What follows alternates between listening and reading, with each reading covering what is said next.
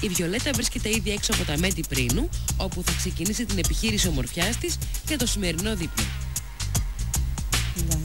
Καλησπέρα, καλώς ήρθατε στα Μέτη Πρίνου. Καλώς σας βρήκα. Θα σας αναλάβουμε όλη την εβδομάδα.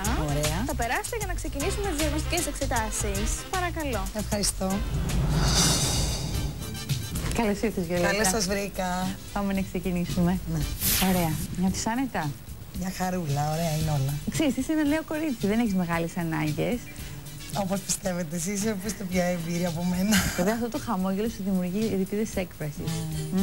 Και εδώ, στη Ρενοπαριακή, θα κάνουμε ένα συνδυασμό υπηρεσιών, ξεκινώντας από τη Skin Oxygen και μετά θα κάνουμε τη Redox. Είναι 2 θεραπείες που θα κάνουν το πρόσωπό σου να λάμψει πραγματικά. Ωραία. Πάμε λοιπόν. Αυτή τη στιγμή η Βιολέτα είναι παραδομένη στα χέρια των ειδικών της Πρίνου. Άρα δεν μπορεί να καταλάβει τίποτα από αυτά που της λέει ο Γιώργος. Είναι σε άλλη διάσταση. Αυτή της περιποίησης. Αφού κάναμε λοιπόν απολέπιση για να απομακρύνουμε τα νεκρά κύτταρα, διεισδύουμε λευκαντικό ορό με ειδικά pads. Αυτός ο λευκαντικός ορός θα σε βοηθήσει να απομακρυνθούν όλες τις δυσχρωμίες που υπάρχει. Και στο επόμενο στάδιο της θεραπείας θα κάνουμε οξυγόνωση των νηστών να βοηθήσουμε την κυταρική αναπνοή.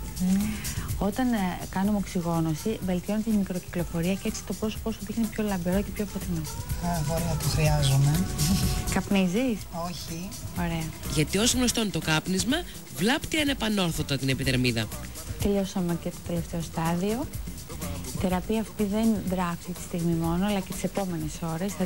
Θα δεις το πρόσωπό σου να λάμπει και να απομακρυνθούν όλα αυτά τα σημάδια της κούρασης από το στρες που έχεις τις τελευταίες μέρες. Καθημερινότητας. Έτσι.